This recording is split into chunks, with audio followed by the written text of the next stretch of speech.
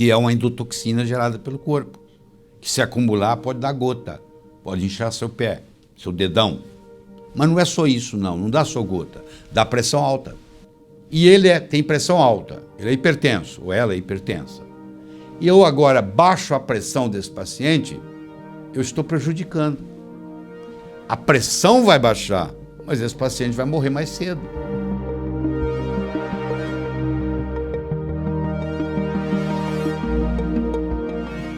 É a chamada síndrome metabólica, que é uma combinação da pressão alta, da diabetes, da dislipidemia e da obesidade. Então, esses são os 4 fatores: hipertensão, diabetes, obesidade, dislipidemia. Isso vem combinado. A pessoa é obesa, tem a cintura avantajada, tem pressão alta, tem distúrbios dos lípides, que nós vamos discutir em profundidade aqui. Então, esses são os fatores de risco. É o caso do hipotiroidismo, que é mais comum nas mulheres do que nos homens. Então, você pega uma pessoa que está com a tireoide funcionando mal, ela pensa devagar, ela anda devagar, ela tem excesso de peso, ela tem constipação intestinal, entendeu? E ela tem hipertensão. Por que a paciente ou o paciente com hipotiroidismo desenvolve pressão alta?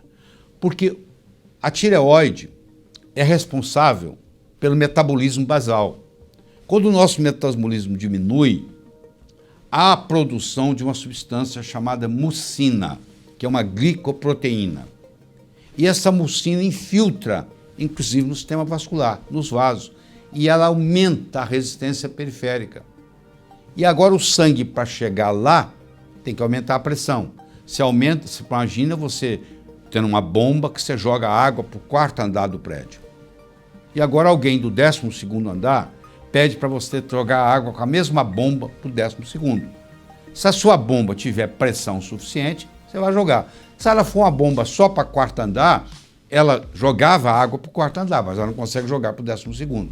Ela teria que aumentar a pressão contra a gravidade para chegar lá. É mais ou menos assim. Se eu estou com o meu corpo impregnado com mucina, eu crio uma resistência periférica aumentada. E eu tenho que aumentar a pressão para fazer o sangue chegar lá. Olha que interessante. Se eu pegar um paciente com hipotiroidismo, que tem o que se chama mixedema, que é a consequência da mucina, e ele tem pressão alta, ele é hipertenso, ou ela é hipertensa, e eu agora baixo a pressão desse paciente, eu estou prejudicando. A pressão vai baixar, mas esse paciente vai morrer mais cedo. Porque agora, aquela água que tinha que chegar lá no 12º andar, ela não chega, não tem mais pressão para chegar. O oxigênio que tinha que chegar lá no fundo do olho, tinha que chegar lá nos rins, agora com a pressão mais baixa, não chega. Então acaba prejudicando. Então a primeira coisa que eu tenho que fazer com um paciente com pressão alta é ver se ele não tem um comprometimento da tireoide. Se ele tiver um comprometimento da tireoide, esse problema... Agora, se ele tiver um comprometimento da tireoide e eu for capaz de normalizar a função tiroidiana dele, ele também vai deixar de ser hipertenso.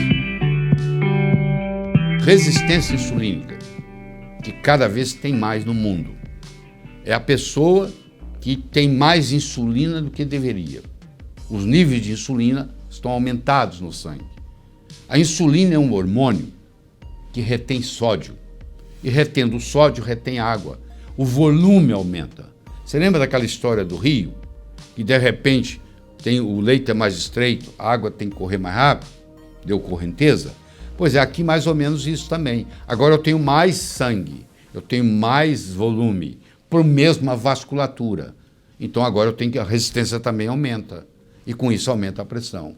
Então, se você tiver um paciente, por exemplo, diabético, hipertenso, se eu regularizar a diabetes, se eu tratar a diabetes e os níveis, tanto de glicose quanto de insulina, baixarem, automaticamente ele vai baixar a pressão.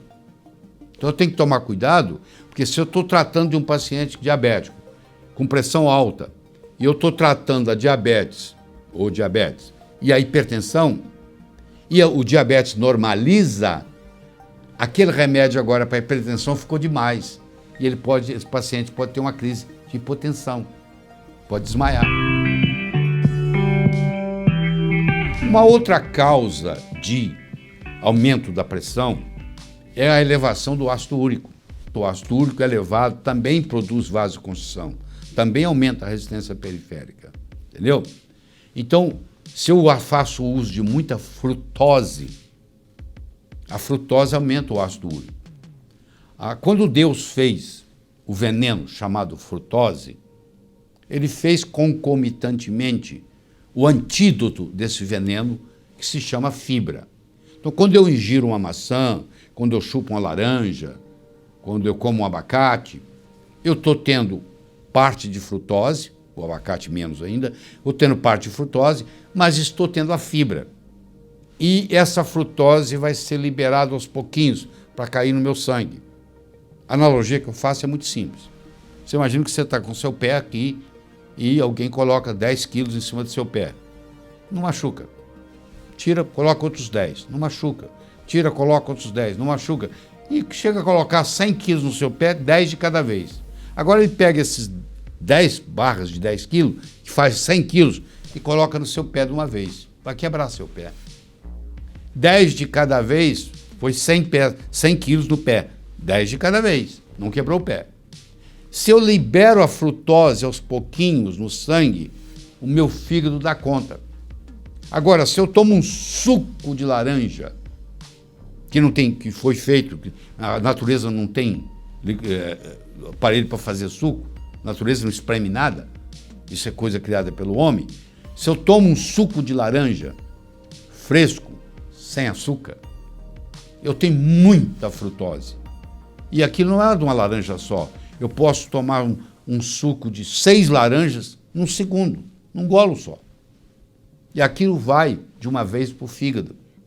E o fígado transforma aquilo, tem que metabolizar aquilo. E no metabolizar, ele gera o ácido úrico, que é uma endotoxina gerada pelo corpo, que se acumular pode dar gota, pode inchar seu pé, seu dedão. Mas não é só isso, não dá só gota, dá pressão alta. Então a sua pressão pode ficar alta em consequência do ácido úrico.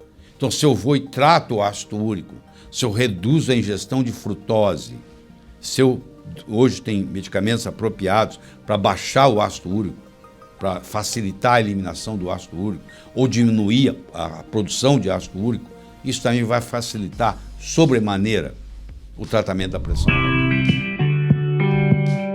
Ainda tem o caso das pessoas que estão intoxicadas com metal. Você imagina que você é garimpeiro, você trabalha numa mina, você trabalha com mercúrio, porque para extrair lá o ouro, a mina de ouro, você precisa de mercúrio, você está contaminado com aquilo o tempo todo. A primeira vez que você vai ao médico, depois que você trabalha como garimpeiro, você está com a pressão alta. Pressão alta por uma intoxicação por mercúrio. Não adianta eu ficar agora te tratando para você baixar a pressão. Eu tenho que fazer um detox desse mercúrio. Existem vários mecanismos para isso hoje. E nós não vamos discutir aqui. Mas existem vários mecanismos. Mas eu não estou falando só do mercúrio. Pode ser o cádmio do cigarro. O tabaco tem cádmio. Se você fuma muito, você tem pressão alta. Na hora que você para de fumar, cai a pressão, porque aquele cádmio vai ser eliminado. Pode ser chumbo. Você trabalha com pintura. Você trabalha com solda. Você é um mecânico que trabalha com solda, que envolve chumbo. Você respira chumbo o dia inteiro, você se contaminou com chumbo. O chumbo aumenta a resistência periférica, o chumbo também causa. Então, uma das causas da pressão alta são os metais tóxicos. Eu gostaria de conversar com você uma coisa que, geralmente, o médico vê um corpo sem boca e um dentista vê uma boca sem corpo.